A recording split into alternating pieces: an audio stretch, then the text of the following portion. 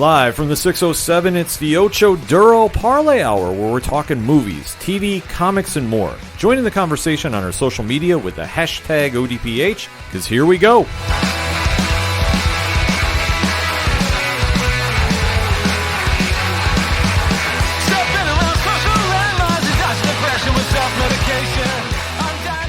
Welcome back for another edition of the ODPH podcast, better known as the Ocho Duro Parlay Hour.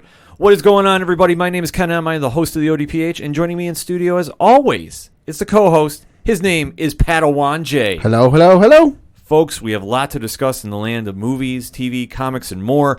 I know everything going on with the C-19 is weighing everybody down. We're going to try bringing everybody back up, bringing some energy to you. We hope everybody is being safe, washing hands, and doing the proper practices to get through this crisis going on. So we are just saying, everybody, please be safe, and we thank you for tuning in with us, because we're going to just jump right into some conversation going on. OchoDuroParlayHour.com is where you can join in the conversation yourself. You can find the links to our Facebook, our Twitter, and our Instagram, and always use the hashtag ODPH.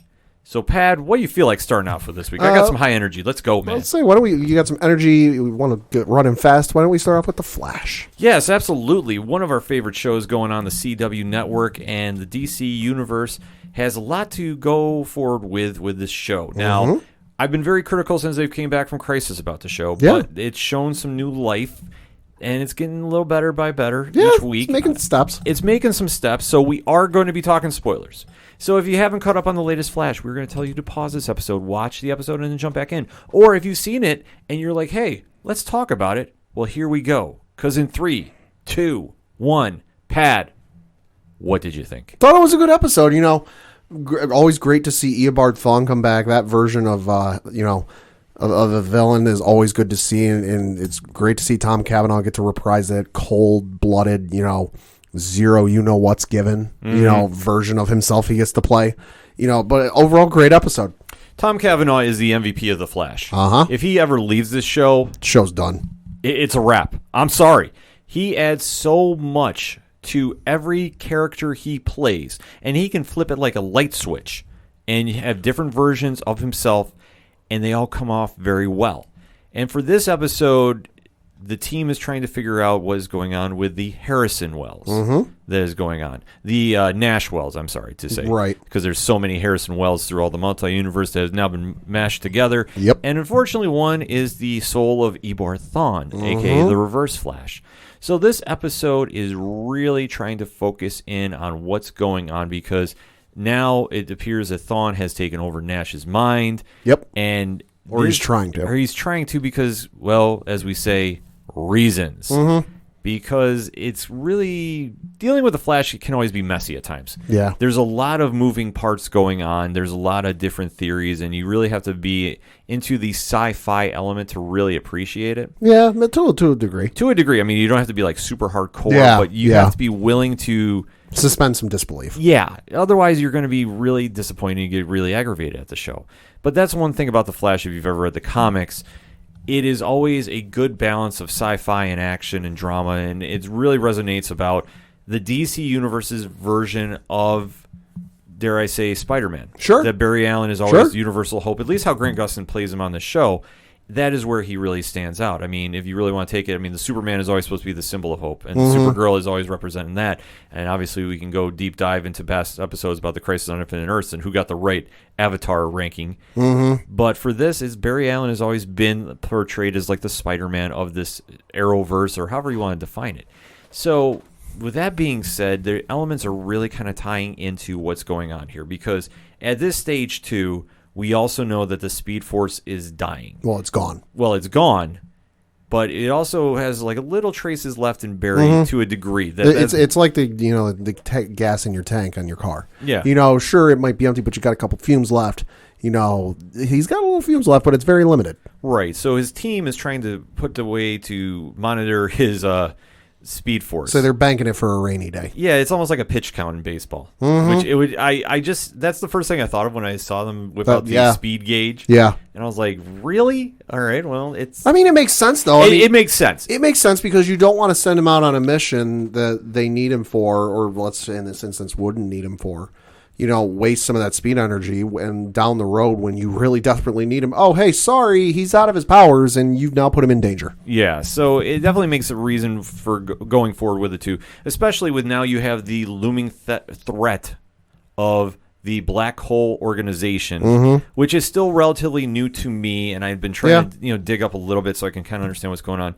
Because what we see is Ava, who's trapped in the mirror dimension or whatever you want to define this, has her troops of the clones of Iris and Camilla doing her bidding, and they're all trying to steal a refractor from a laboratory. Yeah, and I'm all for the espionage, the espionage and stealing stuff and evil plans. I'm all for. I just, like I've said before, I hate how much of a slow burn they're doing on that whole organization. Yeah, this is putting me to sleep. Like, if it was actual legit start of the season, like back in September, okay, I would understand that to a degree, but like you're halfway through the season here. Like, I get this is kind of the unofficial start of the season because, like I said before, first half of the season was kind of like its own mini half season. We're dealing all with Crisis on Infinite Earths. Now the crisis is over, the real season can start. But you're on a shortened time window here, unless they're going to bleed this storyline into next season, which I feel like would be really confusing. No, the one thing I will say, I do like the approach they're taking with the CW shows, at least with Flash, and even Arrow did to a certain degree before it wrapped up their series, is when they're doing the first half is one villain, and then that story ends. Sure. And then the second half is a new villain. I think that's brilliant. Oh, that's good because you don't get instances like, say, with Walking Dead in certain instances where it feels long in the tooth. Like, all right, this person's been around for like, a season and a half, 2 seasons, 2.5 seasons, whatever it is. Like this is a little long in the tooth. Yeah, and it just drags on. I would say the most prime example of this had to be season 3 of The Flash and the Savitar saga. Oh, yeah. Because that just drug out so much that honestly, I didn't care who he was when he was revealed. I just didn't care. I was like, okay, we've gotten this point, and now I'm so burnt out of the constant back and forth of another speedster that it just wore me out on this. And so I do like what they're doing here. Just the only thing that just hasn't connected is, all right, I'm really supposed to take this organization as like the serious threat. And realistically, what have they done? Not much. I mean, stolen some stuff, gotten away with some stuff, but nothing earth-shattering. Iris is trapped in a dimension. That's about it. Like if they did something where like half of a city block went missing, and I'm not talking just the people, but I'm talking like the buildings, and the cars, and the furniture, and like everything, then I'd be like, holy crap, these guys are no joke. But it's like, oh, hey, we're sneaking into this, contractor, whatever they are, stealing their stuff, and then we're leaving before the good guys can get us. Like, okay, cool and all, but like, show me something more. Yeah, they've just been doing too much of a slow burn that it's just really not doing anything for me. At this stage, I'm like, if there's supposed to be a big threat, something should happen. And I'm sorry, if one of your henchmen / assassins has the code name of Sunshine, that strikes fear. You're not doing. I'm sorry, that was just like, really? Might top the list in terrible villain names. Oh my god, yeah. I understand that it's light-based powers and solar energy and whatever you want to define that. But if you're trying to like strike fear and intimidation into the general public and heroes, having your name be something that, by and large, to most people brings joy and they like to see, you're not doing what you're setting out to accomplish. Yeah, because it's like Killer Frost. All right, that's a really threatening name. Yeah, it's like, the name carries gravitas. Yeah, it has a little something to it. Savitar. Sunshine. Wait, what? Something does not belong in this. Deathstroke. Yeah, I mean, like the list goes on and on. It's just like, at least it wasn't like the assassin who looks at light. Like the worst name in comics right now. I'm sorry, the Batman Who Laughs. I'm sorry, that name is just ugh. But the thing I can almost equate it to is like you reading comics and you get that little blurb or thing at the bottom page of the last panel where it says, next week, Superman takes on, Mongol, and you go, oh, that's going to be crazy. That's going to be a knockdown, drag-out fight. Next week, Batman takes on Mr. Freeze. Next week, Green Lantern takes on Sinestro. And those are like, ooh, holy crap. But then you get, next week, The Flash takes on Sunshine. And you're like, all right, that's one I can skip. Yeah, like, what the heck is this? Unless it's supposed to be a joke villain. But for being a dangerous henchman. I'll say in anime, they call that filler. Yeah, it was just like, okay, here we go again. And this is one thing I always gripe about The Flash. Flash has an amazing rogues gallery when you deep dive into it. This was not a deep dive. This was No. staying in the shallow end and just kind of fluttering. Yeah. Because, I mean, the villain was portrayed very well and Yeah. was a great threat once Yeah. you ignored the name, and definitely took some toll, taking out Killer Frost and how they were trying to have Barry stay back, but he couldn't, and he got Because exposed. he just can't help himself. Well, he can't help himself. I mean, like I say, It's in his nature. He's ultimate do-gooder. So Yeah. he obviously got out there and Yeah. nearly got everybody killed because, Yeah. well, that's what Barry does. And what does he decide to do to resolve this situation, Pat? He starts taking drugs. Okay, not really. He takes Velocity. Yeah, he starts taking Velocity X, which is the concoction of the artificial Speed Force. It's like steroids. Which they've already dabbled in a little bit before. Yeah. Previous seasons. I Yeah. mean, it is what it is. This isn't like a after-school special of, how Barry needs to kick the habit, but Barry is at this point so desperate to be the Flash again because of his ultimate sacrifice of the Speed Force. It's like when Crisis. It's like whenever Red Kryptonite showed up on Smallville. Never a good thing when that showed up. No, and it's never a good idea when he tries tampering with the Speed Force and making an artificial one. Yeah. And obviously this kind of gives him a boost, but his body rejects it and causes more problems. Mm-hmm. So at this point, he gets inspired by the coronavirus to actually use his brains and be Barry Allen the hero, not the Flash the hero, to save the day. And they lure Sunshine into a trap. And obviously it was a throwaway villain for a reason, because it was one and done and easily Right. taken out. Well, After that's one you bring up. Iris talking with Barry. That's one thing I gotta kind of not gripe on, but like point out. Whenever Mirror Iris is on her own or with other people, she does a very good job concealing that, like, hey, this isn't Iris, like, or concealing the fact that she's not really Iris. When she's with Barry, it's very like off-putting, off-key. Like, it's very clearly not the same Iris that he's used to. And I got to give the actress, I forget her name. Candace Patton. Thank you, Candace Patton. She does a very wonderful job of like differentiating the two. But I feel like that's something that Barry should pick up on. That like something doesn't seem quite right here. Yeah, it's one thing I understand is supposed to be the bad reflection in the mirror, yeah. which that's the way I take all these clones. Sure. That we're seeing, but we haven't really seen what exactly the mirror dimension is doing, other than Ava, who is the person trapped behind the mirror with the real Iris and now the real Camilla. We haven't seen what they're doing. Yeah. They're just kind of walking around. They're just living. Yeah, they just sound like They're living their best life. Yeah, they just sound like they're being the absolute bad reflection of the true characters. And you'd figure that Team Flash would be able to pick it up because they're supposed to be the smartest people in the DC Right, TV and universe. I understand Joe not picking up on it because, well, It's Joe. He's Joe. He's a commissioner. He's a little busy these days. Yeah. And I get Cisco and Killer Frost and might not pick up on it just because, hey, they're also busy doing other things. Barry, though, like, you're married to the woman. You've known her since you were very young. Like, this is the person you should know just as well, if not better than yourself. Like, you're not picking up on this? Right. So at this stage, too, they wrap up business with Sunshine. Dun, dun, dun. But back at Star Labs, this is where the episode really finds its footing. And I thought they did a very good job about this, because Cecile, who has the powers of reading minds, realizes, okay, something is not right with Wells, and figures out Thawne is involved. And they wind up trying to do this weird mind control. It's like a Star Trek mind meld. Yeah, like it's this really weird, cool.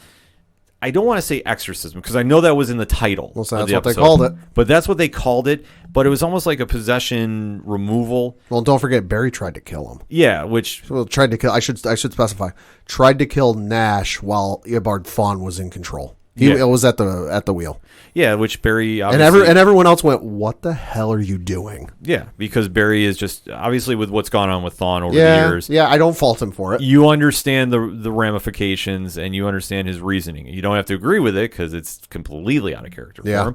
But as he's trying to remove the symbiote, so to speak, of Thawne from Wells, they wind up going into his mind, and that's a trip. Which it was kind of this weird quantum leap type thing, which like I say, I liked it. It's just kind of really weird to describe because they just wind up in there and you see Barry talking with Thawne and keeping him at bay, while Wells, or should I say Nash Wells, relives his worst fear and his biggest guilt trip, which is kind of his worst day ever. Yeah, which he finds that he is responsible for the death of his protege from the Earth that he's on, because he wind up raising this protege to become the adventurer who looked awfully like Laura Croft. So there's no awfully about it. Like, it looked darn close. Yeah, it was. Now, current Laura Croft, if you look up an image from many of the recent video games, not like PlayStation 1 Laura Croft. Yes.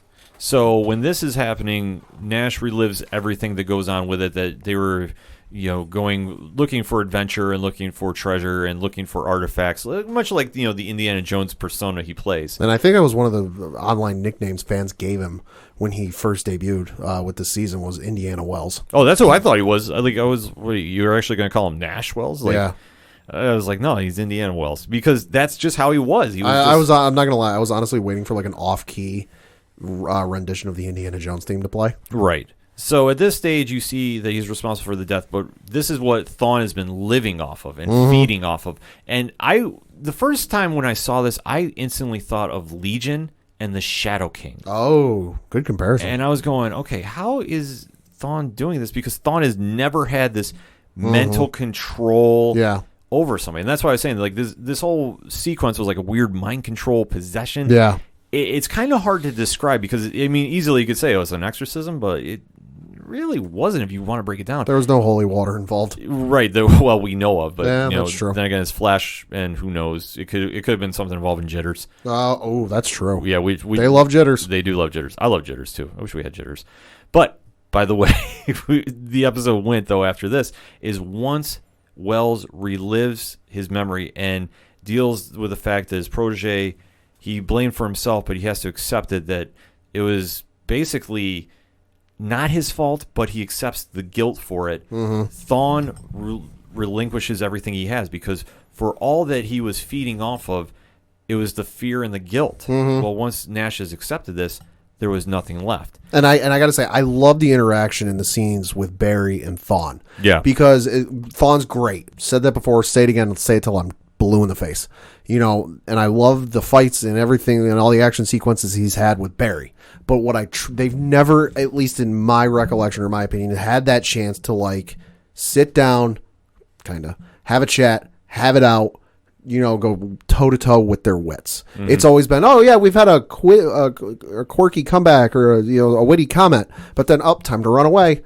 There was no powers involved in this. It was just the two of them standing there having a chat. Yeah, and Tom Cavanaugh brings the best out of Grant Gustin. You see that you see that chemistry on screen with him. That I don't know what exactly he does, but he can somehow get a third gear out of Grant Gustin that you don't see him with any other antagonist he's had on that show. It honestly kind of reminds me of just when you see Harrison Ford and Carrie Fisher on screen together in Star Wars.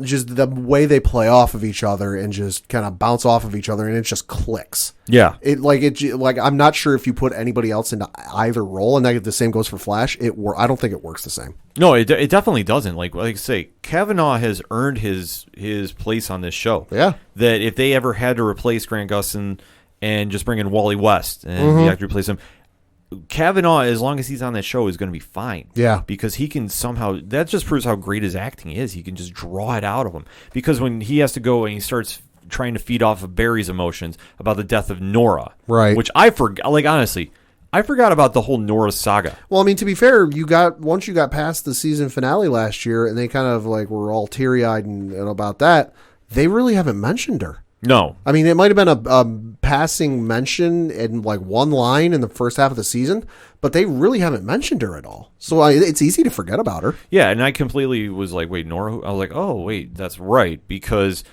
everything has been moving so fast, pun intended, that you just kind of get forgotten by the wayside of Crisis and, okay, what's the actual situation going on with her? Because does she exist in the future now? We don't know. Yeah. The door is now open for that. They haven't addressed it. No. So obviously when the heroes finally defeat Thawne, there's the crazy light show, and his negative Speed Force energy goes shooting off into the universe. Yep. So my guess is Thawne is not dead, but he's going to possess another body. Well, they even said as much. I forget the exact line, but I want to say it was Cisco basically, brought up the fact that there was lightning shooting up into the sky, and they're like, so he's not gone. He's just out there someplace. I think they said he's without form, though. Right. So like you said, he's got to possess somebody, but he, it's almost like Voldemort in Harry Potter.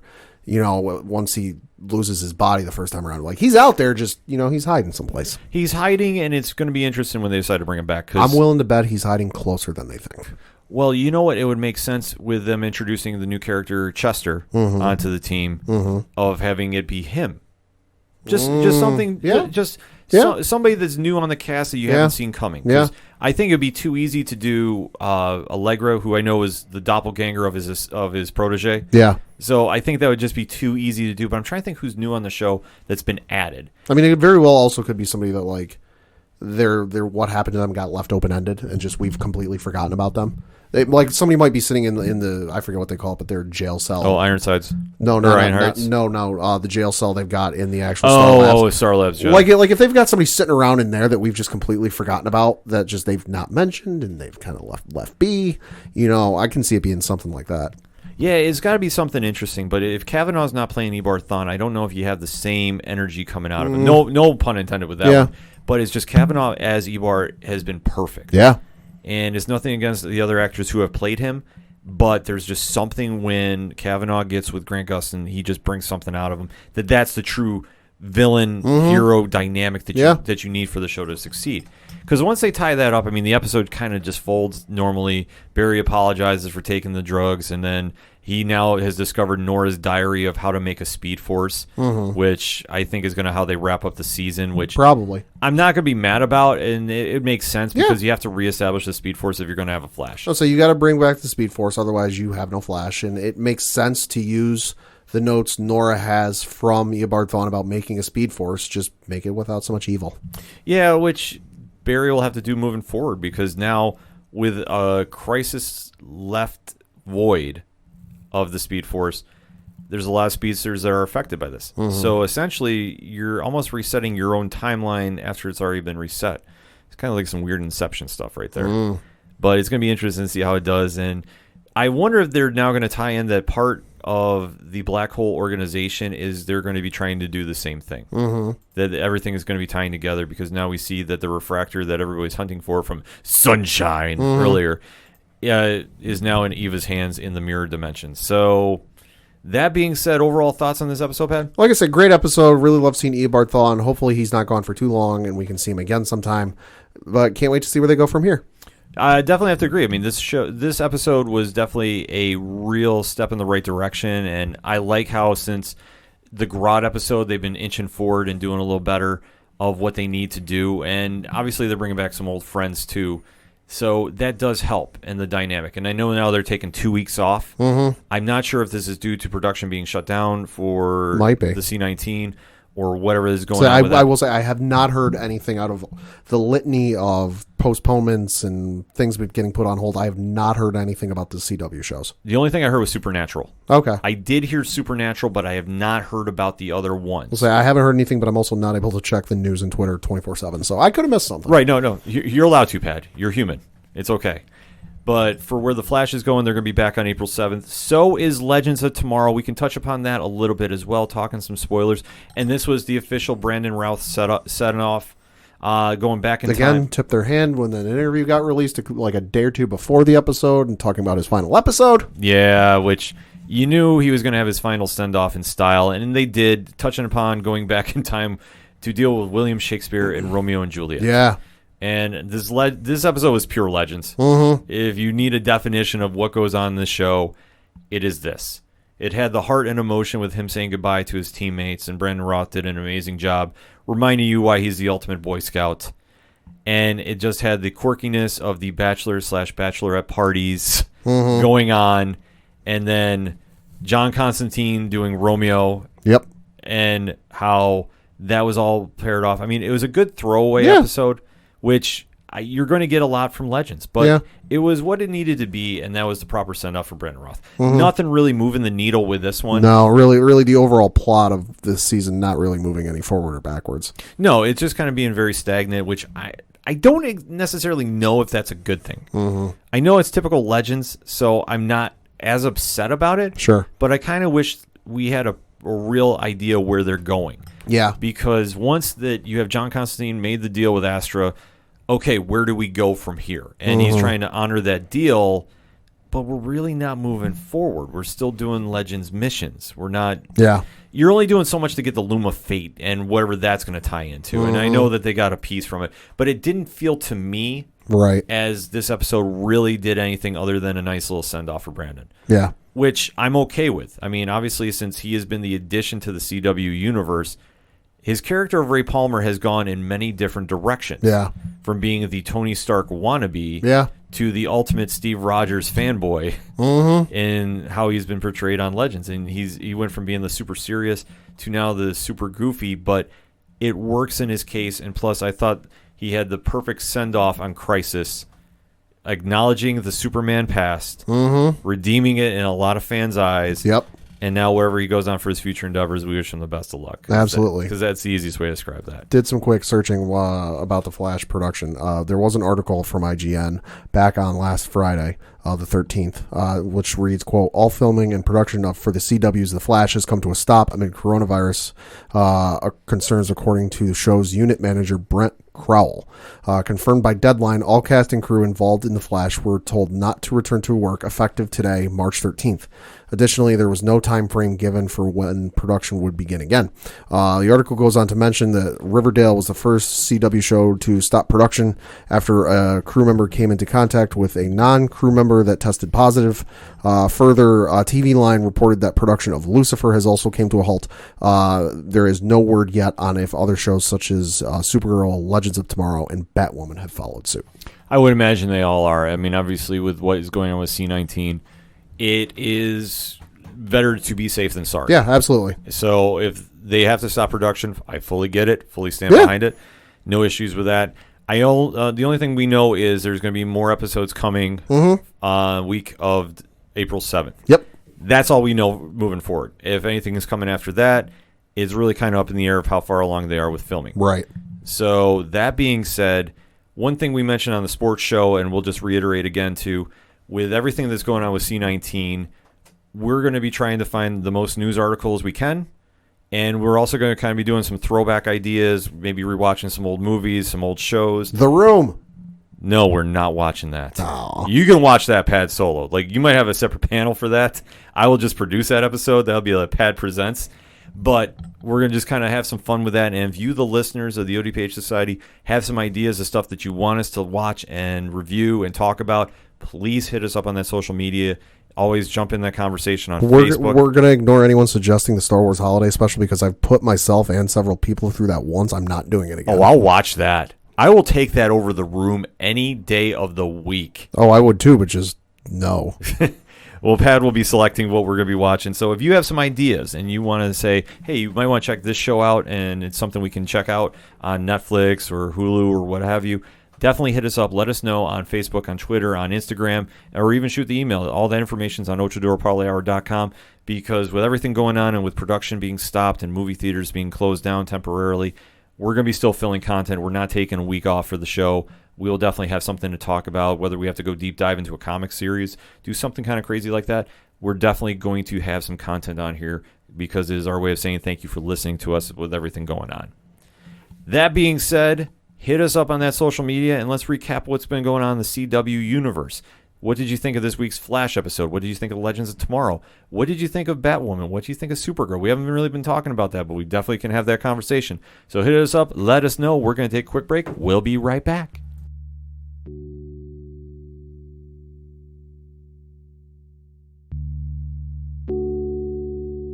Can you imagine a world immune to all forms of cancer? Ladies and gentlemen, the time has come for our 4th annual live stream for the cure. And this year, we need your help more than ever. Please join us May 27th through May 31st for 48 hours of live content from guests and podcasts around the world. We'll be aiming for our most ambitious goal to date as we try to raise $10,000 for the Cancer Research Institute. Please visit www.livestreamforthecure.com for more information on this year's event and how you can be a part of it. Together, we can make a difference.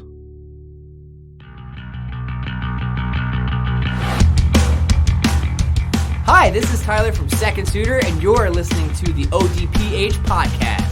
I want you to get it. I want you to understand. I'm doing the best I can, but not as good as I want to be. I just want to get it. I just want to comprehend that I have to Coming back for segment number 2 on this edition of the ODPH podcast, and let's keep the TV recap going with one of our favorite shows, albeit we're sticking with it no matter what till the very end. Yep. And that is The Walking Dead. Mm-hmm. Now, they're doing the Whisperer saga from the comics, at least their interpretation of it, but you have to remember with the comics separating from the TV show, There's a few differences. there's a lot of differences going on. Okay, a lot. A few to say the least, but I will definitely say there's a lot of differences happening. So with this episode, we are going to be talking some spoilers yet again. So we always try giving you that warning too, that if you haven't seen an episode and you want to catch up on that before hearing our recap, we're giving you that fair warning so you're not caught off guard. But if you have seen the episode or you're not going to watch it, but you're like, hey, why is this worth the time? Here we go, because we're going to start talking spoilers in 3, in 2, in 1. Pad, what did you think? Thought it was an okay episode. You know, had its good moments and had its bad moments. You know, but overall nothing to really write home about. You know, but it was okay. It was okay. Definitely had a lot of movement along with the story, which that's one thing I've been waiting to see with this. Mm-hmm. So I was very happy with it. But usually when Greg Nicotero is directing, It's usually a good episode. it's usually a great episode. And this one definitely falls along that line because right now we're dealing with the attack of Alpha and the Whisperers going full force, declaring war on the hilltop, which makes sense, Yeah. and this is where we've been kind of waiting to see. And as the show opens up, we really see the standoff where the Hilltop Army is at the gates waiting for the attack, and they're holding the line against the walkers. And you're seeing that the Whispers are shooting something via catapult. Like, this is some old school, like medieval stuff. and they're getting hit. And everybody's like, wait, what am I getting hit with? And what does it turn out to be, Pat? Gasoline. Yeah, it's not pretty. It's not pretty. It was a great visual effect, Yeah. albeit though, but it kind of reminded me of the one Fall Out Boy video, Oh yeah, which I was like, okay, well, this is going to be kind of interesting with the lighted up thing going on. Yeah. Because as you see, there's a line that's drawn and there's fire breaking down from the wall that Team Hilltop has set up. And this is where you're seeing that Daryl is not exactly the Rick Grimes nope. strategist. Nope. This is where he is kind of reacting going, we're in a little bit of trouble. Because as you're starting to see people are getting set on fire, the line is breaking down, and they are essentially trapped from where they're going. But they do find a way to escape, and what's left is the next day is you see that the Whisperers, with Negan fully in tow with his mask, is walking through, and you see how Alpha is basically saying, okay, we need to round up more walkers. We had to sacrifice what we had. And Negan is sitting there smashing heads, and he's like, you need to know how to savor a victory. Yep. Which, Full-blown Negan, I love it. oh yeah, I mean, Jeffrey Dean Morgan is been so good in his role that he is that charming bastard that you really want to hate, and you should, because he's not a nice person under any circumstance. But yet you wind up just getting mesmerized by his one-liners and just his, charisma. I'll say he's just charismatic as all hell. Oh my God, yeah. It's just, he winds up turning the worst situations into a great one. So as the walkers, dare I say, the Whispers are kind of walking through, and the Team Hilltop has to escape, and they're all separated at this point. Right. Everybody's on a recon mission, so to speak. And also we see some returns of some characters that we thought were lost, which was Magna and Connie. Right. Which I struggle with this because what happened? They were the ones trapped in the cave. Yep. Yet they wind up escaping. Yep. But barely a scratch on him. Barely a scratch, which I have to say, okay, so the whole point of teasing the season premiere, the mid-season premiere, you had everybody trapped in a cave. You dropped said cave on those people. You dropped said cave on these people. Years passed. So you can't tell me they didn't come out with like a broken leg, broken arm? Yeah, they come out unscathed. How? Please explain. Like to me. there's not even a limp of, oh darn, I twisted my ankle trying to get out of there. Like nothing. Yeah, it just makes no damn sense. Because this is why people, I think, are turning away. I mean, you had major characters getting killed off at random, and that was the one very unique aspect of the show. Yeah. Because, I mean, if you read the comics, you know anybody can go at any given time. Yep. So where did we go away from, Carl was messing around with a walker and got Dale killed, Right. to, Glenn falls underneath a dumpster, surrounded by walkers, comes out unscathed. And now a whole cave comes down on the survivors, and nothing happens. Yeah. Like, I'm sorry to give the extra dramatic voice to it, but this is kind of where I'm saying, when it's corny like this, and I have to say it is corny, Oh, it is. you have to kind of just No, you got to call call it like you see it. You got to call it out because it's like I've said. I don't fear. There's at no point with these recent episodes and these recent seasons, it's not like seasons past where something dramatic happens and you go, "Oh crap!" You kind of sit up a little straighter. You get up on the edge of your seat, going, "They're gonna make it through this. They're gonna get out of this. Okay, is everyone gonna be okay?" Now it's just like, "Oh, don't worry about it. They'll figure their way out of it. They'll be fine." Yeah, but how do you justify the three near deaths that you had in a cave that was surrounded by thousands of walkers? The largest group I think we've ever seen. And yet everybody walks away. Perfectly fine. Jerry gets a scratch on his ankle that is Yeah. like nothing happens. Yeah. You see the cave come down on Magna and Connie, and yet they're fine because It's not a good look. No, it's not. And this is why I think people are turning away, because there's no real ramifications for certain characters. Like when they killed off Jesus on the show, Yeah. that was big because nobody saw that coming. I really think. But that's why it worked. I really think they've gotten a little gun shy because of what happened with Glenn and the fan reaction with that. Fully agree. That now, they've gone, because you look at it, it's night. That's kind of like the turning point where before anyone could die at any given point, and there was certain instances where like they deviated from the comics and you're like, oh crap, I can't believe they killed off this person. I feel like they've really turned that page, and they're a little gun shy to do that because they're afraid of losing their audience. They're afraid of losing the viewers, and they want to keep those viewers there, which is okay. I understand it and I get it, but it's also harming your show because now nobody's really afraid. Now there's no longer those, no matter what type of dramatic music you might put to the scene, there's no fear with, oh crap, somebody's going to die. Yeah, and that's one thing that it takes away from this show. If you're supposed to be in a post-apocalyptic world, and I know I just butchered that, but I don't care, you have to have ramifications like this. And where this show was really striving in is now severely lacking. That your minor characters are escaping these impossible odds, and yet it just takes away from the moments they're in. Like, I'm sorry, like, for the gravity of the situation where you had the Whisperers roll up and literally punch Team Hilltop in the mouth. Yep. And did anybody get wiped away? Nope. No. I mean, there was a minor character that Earl Oh, was yeah. the only one, Yeah. but that was it. It's a blink and you miss it. Yeah, which obviously was a situation, and that was such a minor part to this to the story that it was like, all right. There wasn't even anything like in seasons past. I forget what season it was when you had T-Dog die, where it was like, okay, big death, main character on the show, but it didn't really have the gravity of like, a Daryl or a Carol type dying, where it's like, holy crap. It was like, oh no, so it sucks to see it go. There wasn't even anything like that.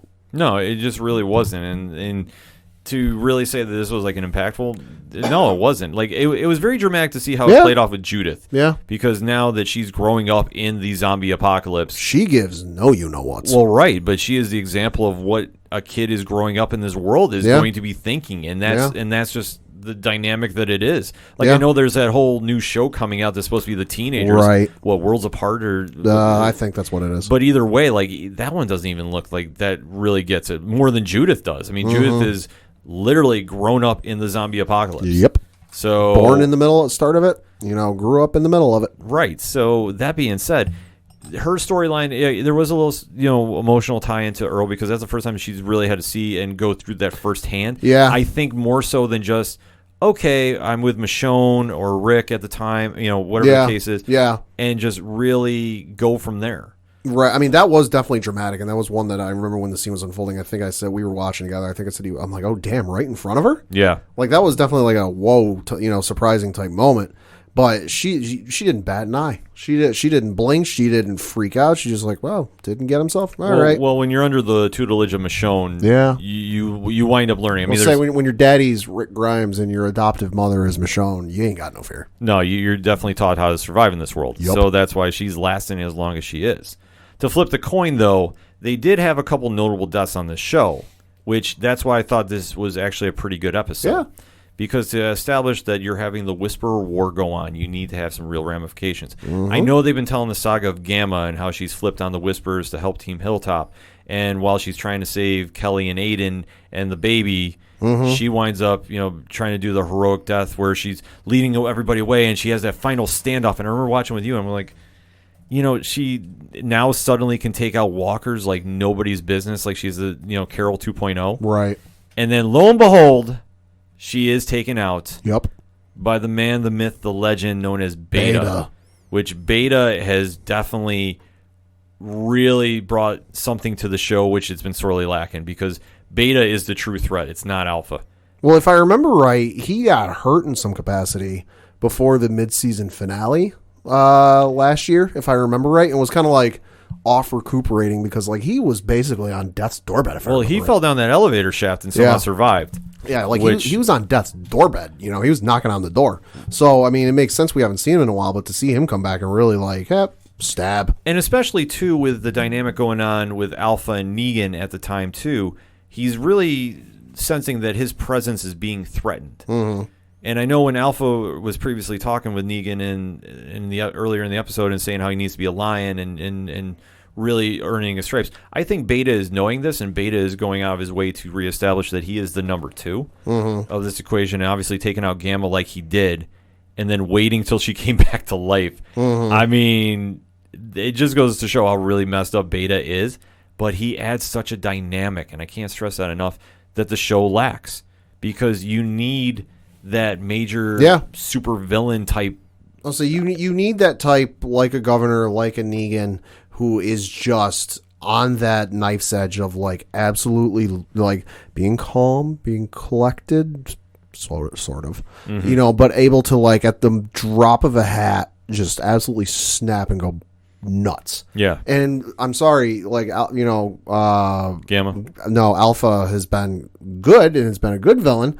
Just she doesn't have that, switch. She doesn't have that switch. She's very calculating and she's very methodical with her movements, almost like she's playing chess. But she doesn't have that switch like Negan, where Negan will play your friend. Negan will play it like a fiddle. But at the drop of a hat, when it's most convenient and works towards his plans, he will kill you. Right. Alpha will just string you along and string you along and string you along as you fit her needs. She'll kill you, but it's like after you've exhausted every resource and every chance you've had with her. Beta don't care. You cross him, you're done. Yeah, which, I mean, is a perfect playoff of Alpha. I mean, Samantha Morton, who plays Alpha, has done a very good job being the calculating mastermind. But which it's been good to see. I mean, you think about it. Like I mentioned, we had the Governor, and then we had Negan. We've had, bull in a china shop villains before. It's kind of refreshing to have one that's a little bit methodical. Yeah, which they are playing up, but obviously she's having different layers being added to her in the show. Yeah. I know in the show we had Brian from Cheers to Comics on. We were talking about this, and I know that she's trying to act like there's different layers to her. Not saying there's a redeeming factor, but trying to give another side. Because in the comics, at least in my opinion, she's more colder. Yeah, she is. And then it works better. But for the TV reasons, you're seeing that she's now having a true weakness. And that is her daughter, Lydia, who, I mean, I completely forgot about, too, until she wound up coming back and joining Team Hilltop. Yep. And then when she escapes, all of a sudden, Negan happens to stumble upon her. Yep. And luring her and basically saying to Alpha, I have what you really want. I'm proving my worth to you.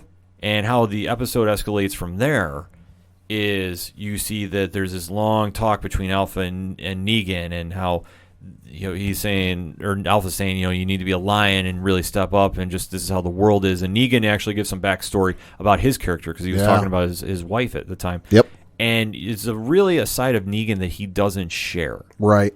And as they're going forward, you see that Lydia is trapped in a cabin, and she's in a chair, and she's shaking, trying to get out. This was brilliantly shot. Oh my God, yeah, this had to be. The editing on this was incredible. Yeah, this was perfect from top to bottom, because as you're seeing how Negan and Alpha is getting closer and closer to the cabin, you're seeing Lydia freak out more and more, and she's trying to desperately escape because she knows that she's going to get turned back over to Alpha. And then all of a sudden at the end, she finally gets to escape, and she goes to the door as Alpha's walking in. And what happens, Pat? They're not in the same place. No, she's not. She's at a safe house. Yep. And then, par for course with the comics, Negan does what he needs to do when Alpha walks in and doesn't see anybody. She's standing there kind of like, wait, what? What's going on here? He kills Alpha, slitting her throat, and then cutting her head off. Yeah. And then turning that over to Carol. Of all people. Which was one of the weirdest moments, I will say, watching The Walking Dead I've ever seen. In the comics, that's kind of how it happens, a little bit different. But he does cut her head off, right? But instead of giving it to Carol, who I believe in the comics at this point is dead. Yeah, she's long dead. She's long gone. Doesn't he walk into the Whisperers camp, drop it, and go, yeah, I'm running things now? Yep. Okay. If memory serves me right. It's been a while since I read it. So, I mean, just seeing the dynamic, though, and to really think about how Negan, I don't want to say has earned his stripes with Carol, but you almost wonder what Carol's got going on. Carol is manipulating everybody. I'll say this might be more badass than Terminus Carol. I mean, to think about it long term, I mean, she's ultimately... I am almost wondering, because like I said, I'm throwing the comics out the window with this one. Yeah, you have to. I'm wondering if she's setting up for a coup to take out Daryl. At this stage, and she's setting up for the ultimate Daryl versus the internet Negan. would lose its shit over that, right? But because the internet loves the whole Carol-Daryl relationship, but they've wanted it to happen in the worst way possible. Oh my god, yeah! And you know how they were having their break, and then Daryl reconciles. Yeah, you have to wonder. Yeah. I understand desperate times call for desperate measures, but for Carol to be working double deals with Negan, can you imagine if Carol takes over the Whisperers? Like, I don't agree with anything you're doing. I'm going out on my own. I mean, anything's possible with it, but you have to wonder now with Alpha being killed off, because like I said, Negan would go back. Mm-hmm. But now how does this play out? Because this is anybody's guess. You can't figure it out one way or another. No. So this is where I thought the episode hit some strides. I think the other side stories, like the Earl Judith thing, it was nice drama. Didn't really move the needle too much, because Earl, I honestly haven't seen in a couple episodes by now. Mm-hmm. And it's been just a throwaway. And to see Magna and Connie come back and, I mean, did nothing. I was like, thank you for ruining the mid-season premiere, because now of all the death trap you were in, nobody got killed. Mm-hmm. Like, this now could get very interesting with this dynamic, so that might be the saving grace. Because if Carol decides to take over and try making a working relationship with Hilltop, and it's ultimately going to fall apart, you now have to wonder what's going on, especially now that Carol is working with Negan. Mm-hmm. How is this going to fly with Daryl? Not well. Oh, yeah, not well at all. And then especially whenever Maggie returns. Right. Because that's got to be sooner rather than later. I would imagine that's going to be sooner. I think she winds up showing up before the season finale. Probably. In some capacity. So, and the sad thing is we're going to have to wait a week to find out.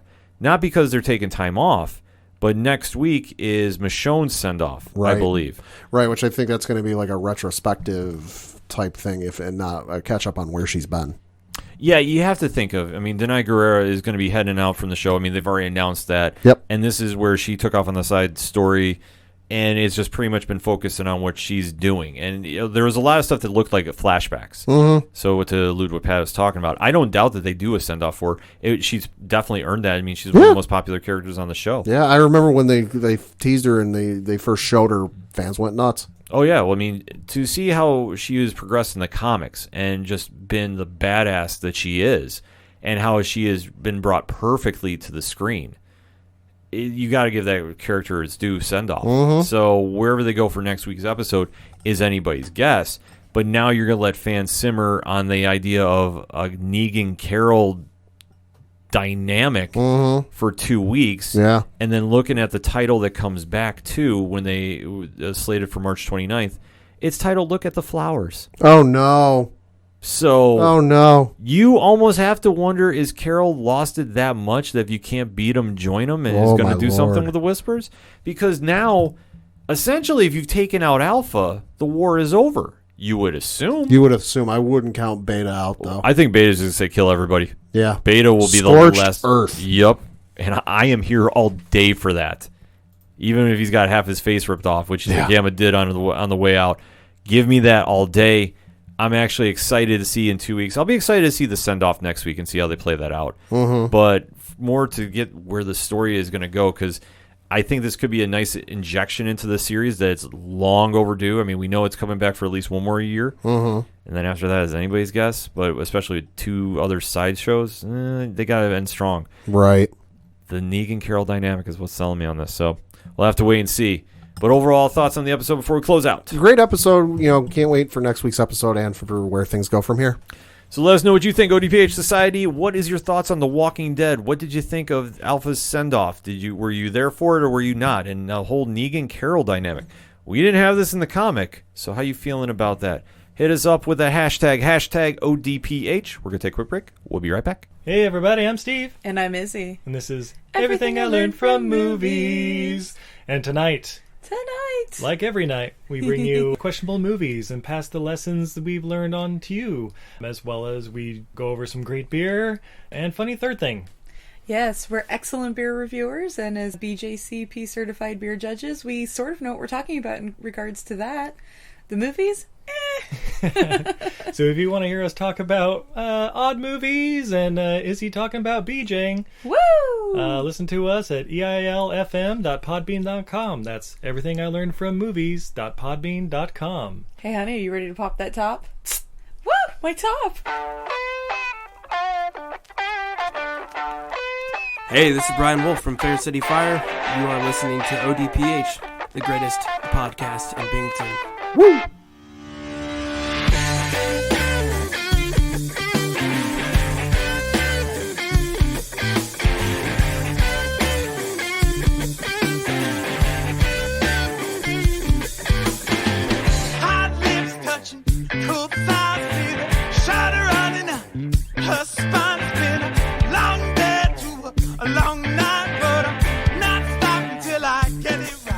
Coming back for the third segment on this edition of the ODPH podcast, and there was some movie news this past weekend. Oh. Now, we did preview last week the movie Bloodshot starring Vin Diesel. This was going to be the first of the Valiant Comics universe hitting the big screen. A lot was going on this, since obviously Bloodshot has been around since the early 90s and has had a resurgence here and there, along with Valiant as well, too. Valiant is definitely a comic book company you should definitely check out. They have a lot of very cool books going on. Have gone through some strides, though, hit and miss. There's some very good properties and some ones that just really didn't connect with people. Sure. I will say, if you ever played the video game Turok Dinosaur Hunter, that was out of the camp of Valiant. Exo Man of War, which a lot of people know about. Shadow Man, which is a great horror comic. And Bloodshot, which is very well known. I know from the 90s, like I've previously stated, it was one of those first comics that had a chromane cover. One of those real shiny ones. There was typical 90s comics that was an overpriced book, but it was well worth it. I mean, obviously, for what you get out of it. And the whole story of Bloodshot is he's brought back to life as a super soldier, and he has to come back and basically find his way in the world, and where is his place now, and getting revenge. And like I say, it's pretty much what you come to expect. Now, Pad, you had some box office numbers for us? Yeah, so of course, as we mentioned, it came out last week and had an opening weekend gross domestically of $9.1 million. Internationally, domestically, it's currently sitting at $9.7 million. Internationally, $14.5 million for a worldwide gross of $24.2 million. And obviously, that is very low. Its budget was an estimated $45 million. So very low, but obviously, with everything going on with the C-19 virus, like we said, theaters in stateside are closing and are not open for the foreseeable future. I know that's also the case overseas. So that's definitely hurting a lot of films, not just Bloodshot at the box office. Right. So with that being said, though, it's now coming to digital super early. Yeah, so it's being reported by Deadline that because of everything going on and the lack of sales at the box office, that Universal has decided to put the movie Bloodshot available for digital purchase this Tuesday, March 24th. It will be available for the retail price of $19.99. If you're overseas, you'll have to check your various stores for prices there. But definitely something a little interesting, just because technically this movie should still be in theaters, but because of everything going on, it's going to be available on digital soon. Yeah, so that being said, I did go see it on opening night, so I got some opinions on it. Pat has not seen it, but he's given me permission to talk about it, so we are going to be talking some spoilers in 3, 2, 1. So, Pat, last week when we were talking on the show, what was my basic idea about this film? That's going to be very simple. Nothing really to write home about. And it was. The script was very standard. Nothing really crazy. No big plot twist. I mean, there was a semi one, but it didn't really sell it on it. Sure. You knew what you were getting when you came to see this movie, and it lived up to that idea. The vision of David Wilson, who is the director of the film, definitely was pretty standard, pretty straightforward. Vin Diesel, it was doing Vin Diesel things. I mean, that's the easiest way to describe it. He came in, blew stuff up, wrote home about it, had a couple one-liners, had a couple, great moments. But how the movie opens up, you see him playing his role as an ex-Marine of Ray Garrison, and he's overseas, and he's on a hostage situation, and he's doing all these wild, one-man army, busting in doors. And it looks like a video game, pretty much. You would be playing like Metal Gear Solid or something like that, but just on a very lesser scale. And he winds up, saving the hostage, and then he goes back home, and him and his wife take off on a vacation, and then they're kidnapped, and they're brought forth in front of this serial killer that you turn out to. I mean, there's this weird sequence where he's coming out to Psycho Killer from Talking Heads. Dare I say, it's something like, it was like, okay, I don't know if we're trying to ham it up too much, right? But it's something like, I don't really know if this is resonating too much. So basically, at this point, Bloodshot sees his wife get killed in front of his eyes. He is then killed too. He winds up waking up in this organization known as Rising Spirit, and he's getting the once over told to him by the doctor that's running everything, and that's Dr. Emil Harting, dare I say. I'm sorry about the butchering about the name, but it's Guy Pearce who's playing him, and he's basically saying how his body was dumped on him, and he's now been experimented on to bring back to life. He's the first person that's ever been done to, and he's basically piecing together what's going on at this base, because Vin Diesel is the first one that's had these nanite technology brought back into him. And basically, it's like a regeneration type deal to him, which is all this experimental technology, which it's kind of interesting to see how it's played out. And you see some of the other members of this camp. I mean, Eliza Gonzalez is playing KT, who has had her voice was damaged.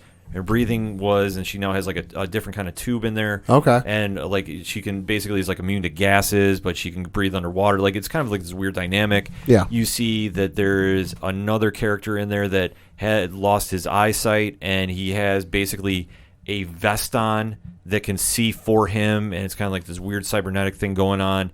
And you see another character who's lost his legs, and just kind of what goes on there, and you basically see how they're getting rebuilt and reprogrammed to become these super soldiers. Well, during his time talking with Katie, Bloodshot starts remembering what happened to his wife, and Dr. Harding is basically trying to say, no, you can't leave. You gotta, stay here. You're still, recovering from what happened. But in typical Bloodshot manner, typical, dare I say, 90s action, right? He busts out of the building to no security holding him back, and winds up using his powers now of the nanotechnology to track down his killer. Right. And he winds up flying halfway around the world. Who this killer, who at the time we just know as being Martin Axe, is leaving in a convoy, and all of a sudden you see Vin Diesel come in, bust through everything, go completely action film, where you're seeing him getting shot up left and right. You're seeing skin fly off him, and with this nanite technology, it's like magically rebuilding his body in this kind of like weird CGI thing. Which I will say this: the action sequences were what you would expect. It was Expendables level. It was a lot of just crazy stuff getting blown away, people getting messed up left and right. Yeah. And Bloodshot winds up doing what he sought out to do. He winds up killing Axe. And then suddenly he gets picked up by his team, and then basically his body gets shut down again. And it turns out that he has now been getting used with a reprogramming to take out everybody that's involved at Harding's camp there, because he's basically trying to have Rising Spirit all for himself and wipe out anybody that knows anything about the technology there. So, like I said, that was kind of the reveal of it. Was I really impressed by it?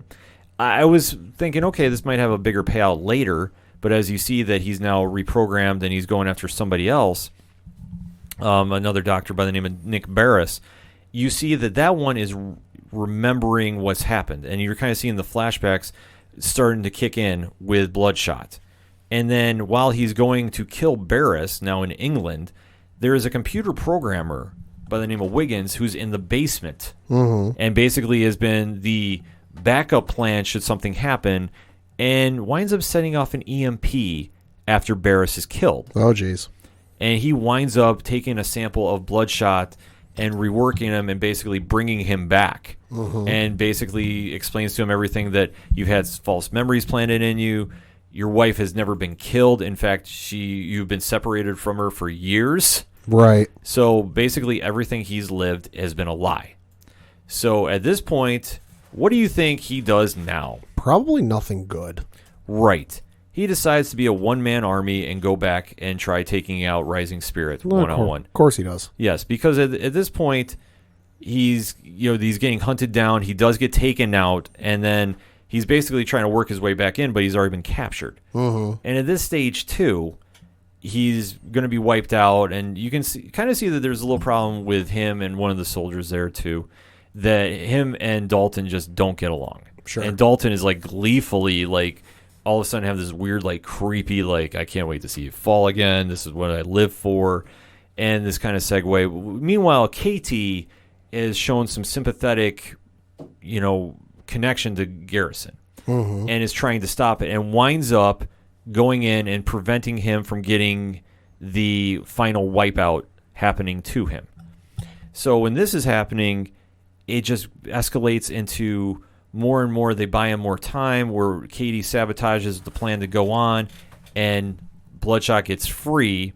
And this is where we have the real cool fights on the elevator, because once he escapes getting reprogrammed, he's buying time, but he's on borrowed time. And he's having this great fight, taking out all the soldiers. This is where you see a lot of the commercials for where he's falling through the elevator shaft. Oh, okay. So, and like I said, the action sequences I had no problem with. I really liked them. Just the overall story just got so kind of crazy and messy. And then you see Katie has the fighting with Harding. I'm sorry, I keep butchering that name, but I can't remember if it's all Harding or Harding. Either way, she's taking out the doctor. They kind of have their set off. And you see that once... she gets the upper hand, so to speak. The doctor escapes on her, and basically Wiggins is there too, and he's setting up the building because she winds up helping him because earlier she was programmed to go ordered to take out Wiggins and doesn't do it. So it's like there's a lot of moving parts that are going on with this, but like I said, the script is very basic. Sure. So it's easy to fall in line, but there's a lot of stuff that's like, okay, this is escalating a lot quicker than you would think. And I mean, once that Bloodshot gets fully control of his powers and you can kind of see that he's pushing himself to the max, that's when he turns into what he is in the comics, where he is all white and he has the red circle on his chest. And this is where he is just going being the one-man army, because Harding is still sitting there after he escapes from Katie. He is just going out of his way to try taking out Bloodshot, and Bloodshot survives the second grenade going off and is later rebuilt at the end of the movie. So it's pretty one shot and done. I mean, no offense. I was not super impressed by this. Sure. I did like it. I mean, I liked it for being a fun action film. But as for the first notable hero to come out of Valiant, I thought they missed their mark. Like, I was not super amped up to see like a sequel. Right. It just kind of seemed too basic. Sure. I mean, it seems basic and just a little convoluted. It's just a little convoluted because you have just random like character switches, and it's almost just like so telegraphed. Sure. Like I say with Katie, all of a sudden she now has that connection. They're setting up that was like going to be a love interest now, going for the future movies. That like it just kind of seemed how she flipped was really sudden. Yeah. I mean, the reveal that Harding was the evil doctor. Okay, that was kind of interesting how they did that. But once that you had Wiggins get involved, it really took a lot away, because all of a sudden now Katie was searching for him, because now that she knows the true plan of what Harding's doing, she just flips all of a sudden and is like, okay, let me go help Wiggins and we'll take out everybody. And then once Ray is captured and then suddenly saved at the 11th hour, he just goes full super soldier on everybody. Right. And it's just, like I say, I can't stress enough that it's just so telegraphed that, like, trying to even break it down, and I'm, like, really even trying to, like, spin it in a good way, it's just a simple film at best. Is it going to really move the needle for Valiant moving forward? I don't know. I'm going to be very honest. They could do a sequel, sure, but where do you go from here? Right. Because now it's basically his past is done. They took out Rising Spirit. Where do you go from here in the Valiant universe? And it depends if I know Harbinger is supposed to be the next film out of the gate with them, and obviously they have another evil corporation, and you go from there with that. Sure. I almost wonder if they should just reboot everything and just go Exo Man of War to just start everything off. I mean, seriously, Caveman, Iron Man. That's all you need to explain. Like, if you've never read Exo Man of War, Pat, no. That is basically give Conan Iron Man's suit. Oh, Lord. And let him go to town. That's all you need. It is fantastic. They might have wanted to kick off with that more so. Bloodshot, like I say, Vin Diesel tagged to it, definitely brought some people to the theaters, and obviously we'll exclude what's going on with C-19. But for what it got reviewed, yeah, I fully agree with it. I mean, it was very simple. It was very basic. It was your Expendables level action, which is great. And if you go for action movies, you'll be very happy. The CGI is solid. I mean, I don't think it's that great. Sure, it doesn't push the boundaries. No, because it just seems like it should have been what Venom should have been. Oh, okay. With a symbiotic, because once you see the skin fly off, it just magically comes back. Sure. And it's like, all right, well, we'll go from here. But even so, just how like indestructible he is. Right. And you kind of see his nanites meter go down. I mean, they do explain a lot, so you understand why he got brought back. They do touch upon that, but it just goes to show, like, Wiggins, for being some guy that was trapped in a basement, was a lot bigger to the storyline than anybody gave him credit for. So where they go with this for the future, I don't know. I'm kind of more interested to see if they're going to be moving any more properties forward. I know Eternal Warrior from Valiant was kind of rumored for a long time with Dave Bautista playing the lead role. That could be something, knowing the character. I'd love to see Exo Man of War get on screen, but I don't know if that's going to happen now.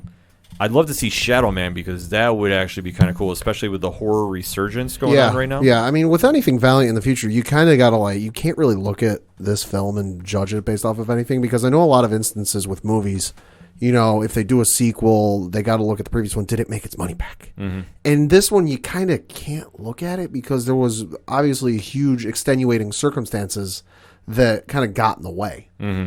So you kind of can't really look at that. And it's going to come down to a decision from the folks in charge of if they want to do this again and give it another stab. I feel like you almost have to. Maybe get a different crew on it, come at it a different way, because just going based off of reviews, it didn't, it wasn't reviewed good, but there was clearly some fan interest with the way it was making some money at the box office before it unfortunately got its run ended. Well, I think it came out at a good time for anybody that was kind of interested to see what Valiant was going to do. I mean, that's one thing we were trying to sell about last week is for Valiant to enter this was a huge deal because Valiant is not Marvel, Valiant is not DC. Right. Valiant has had its ups and downs. It's had some great runs with its comic line. I'm going to be the first one to tell you, 90s Valiant stuff is very good. And then it obviously had a resurgence later in the 2000s. Sure. And you had your Quantum and Woody, which is a hysterical book when it first came out, and it is now too. Trying to explain that whole premise is a different story. And now with its current resurgence too, they are putting out a lot of quality stuff. So to see them get their shot at the big budget movies, yeah, it's awesome, and I fully was on board. I just think that this one came out so flat. Like, I just cannot really sit there and say, you know what, I'm really dying to see a sequel. If they did one, okay, but I want to see how you're going to do it for the story. And especially, it was supposed to set up a shared universe. Right.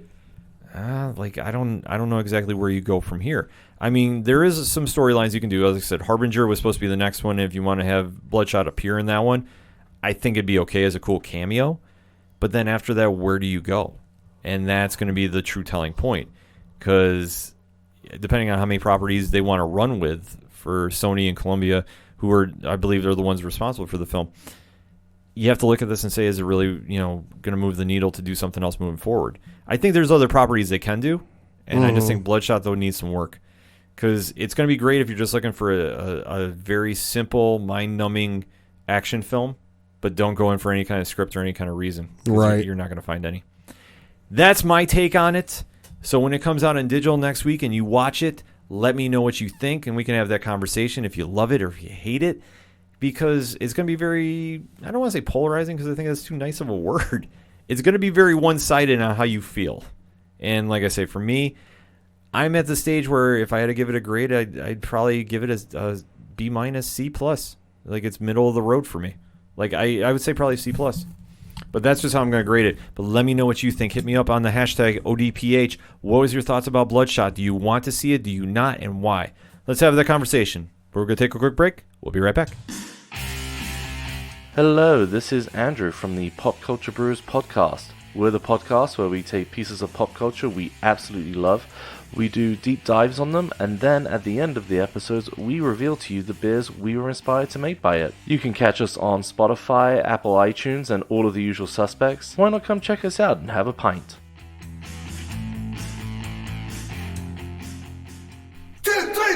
Hey, this is Johnny Moose from Excite Wrestling, and you're listening to the ODPH. I didn't mess it up. I thought I would.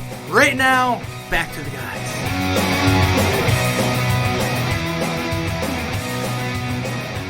Coming back for the final segment on this edition of the ODPH podcast. Pad, what you got for one-shots? Well, kind of branching off of what we were talking about last segment with Bloodshot coming to digital release next week. The Harley Quinn film Birds of Prey is getting an early bump up with everyone being in isolation and staying home. Instead of coming out whenever it normally would have digitally, which would have been a couple of months from now, like not anywhere near here. Right now. On March 24th, Birds of Prey will be available to own in high definition and standard definition from digital retailers. So if you get it from like iTunes or Amazon, PlayStation or Xbox or something like that, starting on March 24th, you will be able to watch the film, and then on April 7th, it will be made on available digitally on video on demand services. So if you got your video on demand on your cable or your satellite provider, it will be available there. Cool.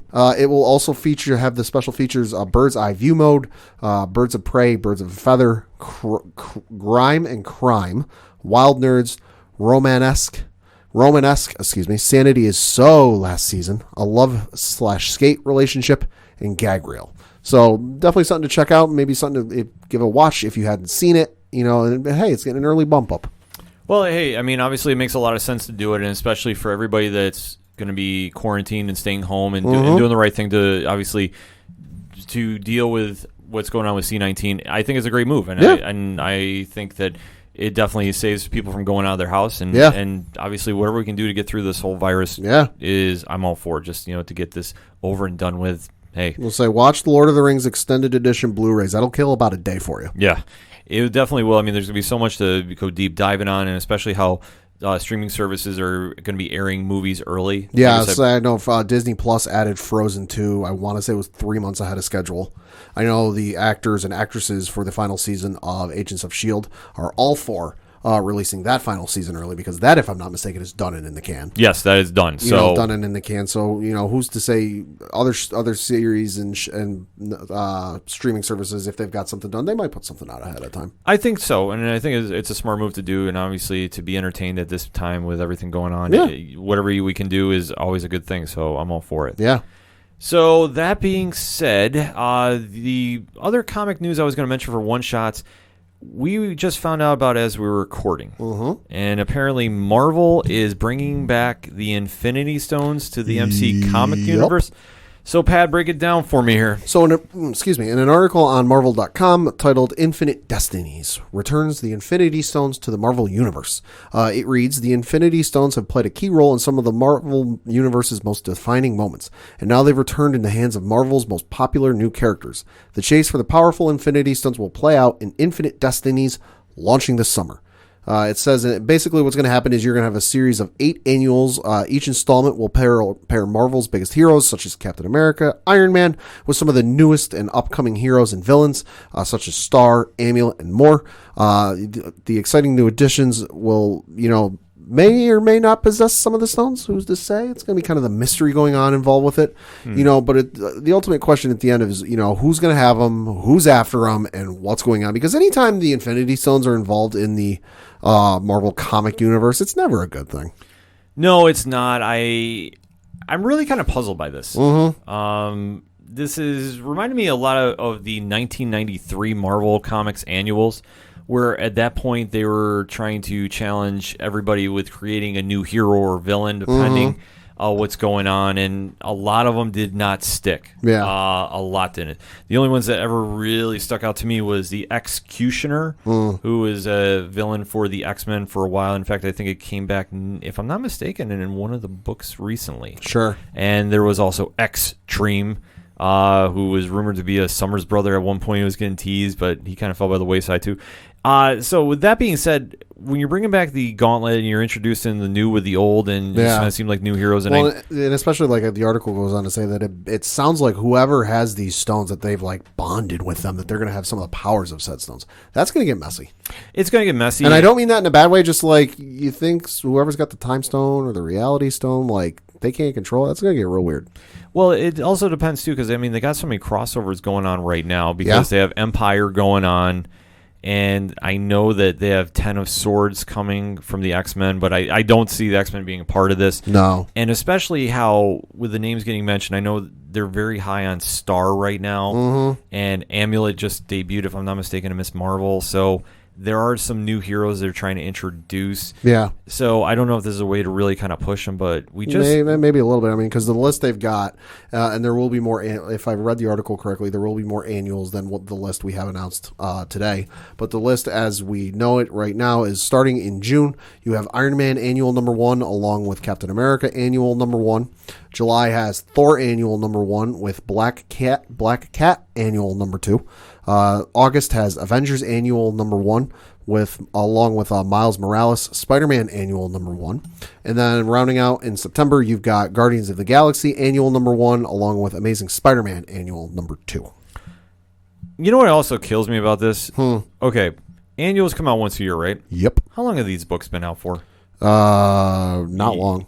Not long, but like in the current numbering, not long. But that's what I'm going with. A lot of these are. You could also put the legacy and just put the year on there. Sure. Because I'm sorry, I'm not buying Amazing Spider-Man Annual number 2, and he's been around for how many years? Yeah. And Captain America and all that. So that being said, I'm just really interested to see how they're going to play this out. But we just had an Infinity Stones. Yep. Thing where Gamora was a year or two ago? Yeah, not even. I understand. I'm trusting everything C.B. Cebulski's doing though. Everything he's done over at Marvel to really put the comics back into the line, I'm all for. So I'm, with guarded trepidation with this one. I'm not super but I will probably give it a read. Yeah. I mean, the thing that's jumping out to me, most interesting to me, isn't any of these annuals or any of the possibility of the stones coming back. It's the part in the article that says, quote, each annual will also contain a chapter of Super Spy versus Super Spy, a story following Nick Fury as the agent of nothing and Phil Coulson as the agent of Mephisto. Anytime Mephisto's name is dropped, it's not good. Well, and the Mephisto is getting a quick run too, which I'm not sure why exactly, but obviously what's going on in Avengers, and that's a whole different ball of wax too with Tony Stark and what such. And if this is how they're explaining Coulson coming back from Secret Empire, I thought they already did, but my memory is blanking on that right now. But to say he's agent of Mephisto, that's going to get kind of weird. So, but it is also intriguing to see what's going to happen between him and Nick Fury. And Fury's origin has changed obviously since Original Sin and then some. So any kind of guess how they want to play this out. Yeah. But I'm definitely intrigued by it. Yeah. So I'll definitely kind of keep my ears out for it and maybe give a read too and see where they go. But I don't know. I think I'm just kind of having Infinity Stone withdrawal. I'm having a little bit of fatigue just because it feels like... Fatigue is what I meant to say. Fatigue just because it feels like they're leaning on the Infinity Stones a little too much. Because you've got your major crossover event stories that take place, but it feels like they're alternating those with Infinity Stone stories. Which I get the Infinity Stones are the most powerful things in the entire Marvel universe, but they're not the only things. Like, there's more in that universe than just the Stones. Yeah, I just... And I get they were pushing them last time around because the movies were coming out and it was all that. And I get that, which I get that. But, you know, I feel like you're leaning on it a little too much. Like, do something else. Yeah, I'm with you on that. Like, I don't know. Like I said, I'm intrigued, but I'm not like super amped up about it by any stretch. It's almost like they really don't know what to do. They're out of ideas. So, well, what are we going to do? Well, let's bring the Infinity Stones back. Well, I think that now they really want to emphasize, okay, what's going on with it, and really try pushing, getting the comic readers, you know. Yeah, maybe. And that's the thing. Like, the hardcore readers are going to read, but trying to get more of a mainstream look, especially going into Free Comic Book Day and such, which I know is still on tap for May, and obviously I think there's some late-breaking news going on with that too.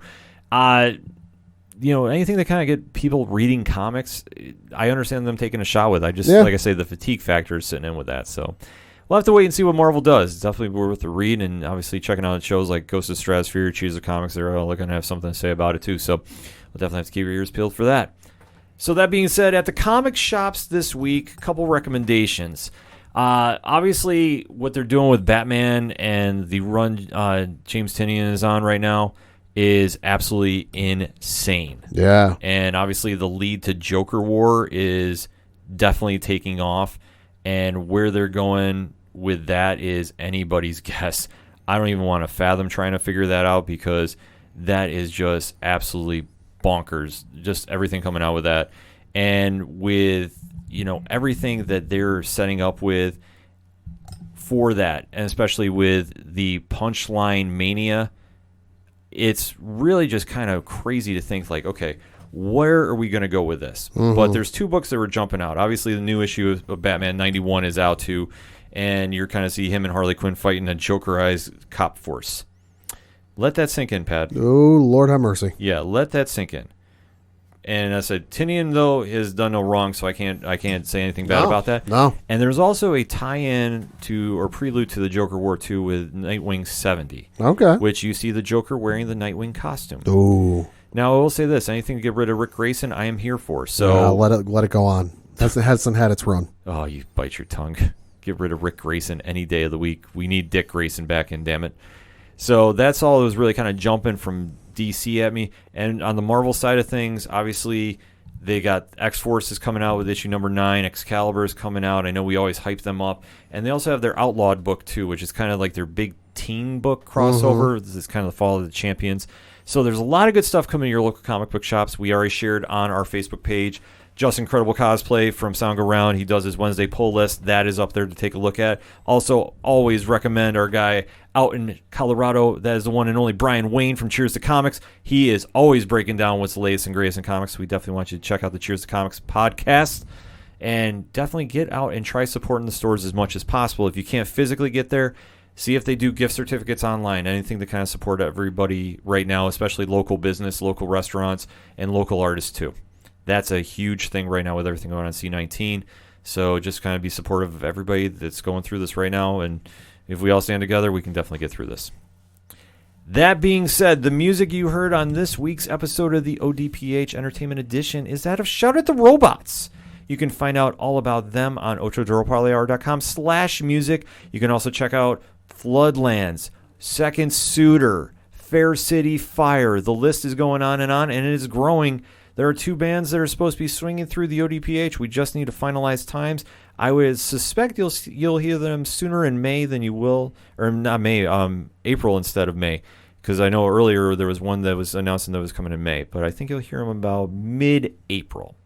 Don't want to tease too much because we have to finalize the date, but once they come through, you'll definitely hear about that. And you'll also see them on the music section of the ODPH website. On ochodoroparlear.com, too, you can also check out the ODPH directory, which we have links to Tom from Off the Cuff Gaming. Shout out to him. He's doing big things on YouTube, and if you're not following him, you need to follow him on YouTube. And speaking of YouTube, you can also check out Excite Wrestling, who's debuting their Excite Classics. And what is the first match they're showing, Pad? AR Fox versus Cody Rhodes versus Sean Carr in a triple threat match, and quite possibly the best match I've ever seen live.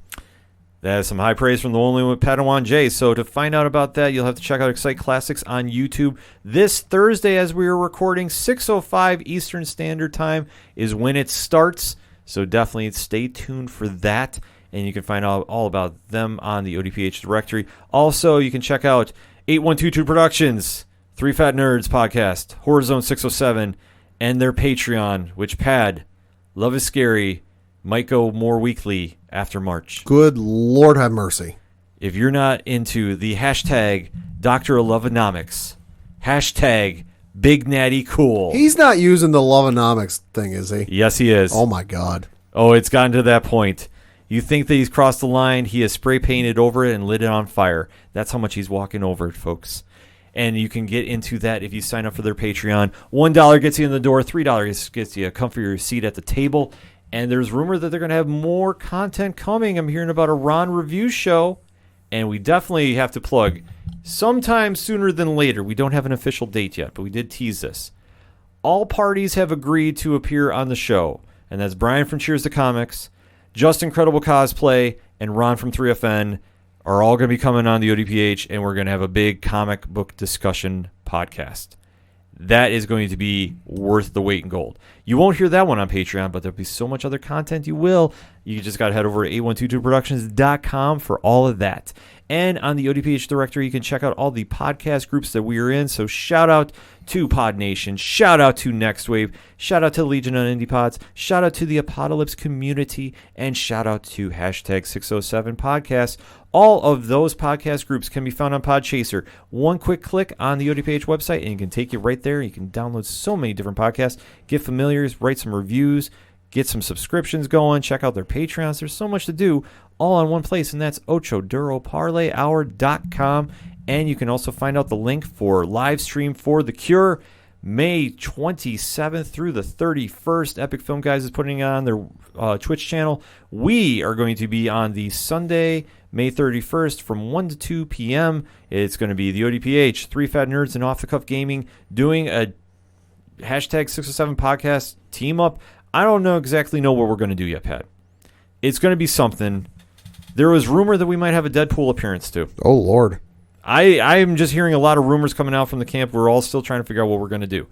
Either way, we're going to be raising, along with a bunch of great independent podcasts, raising money for Cancer Research Institute to definitely kill cancer, beat that thing once and for all. So the goal is $10,000 this year. We are going to hit it and then some with your help. So definitely circle the date, type it in your phones, type it on your computers. May 27th through the 31st, live stream for The Cure. And for more information on that, you heard the promo earlier in the show, but if you need a reminder, livestreamforthecure.com. Because that's all I got for this week. So for the one and only Padawan J. Thank you. I'm your host, Ken. Thank you, as always, for listening to the ODPH podcast, better known as the Ocho Duro Parlay Hour. We'll see you next time.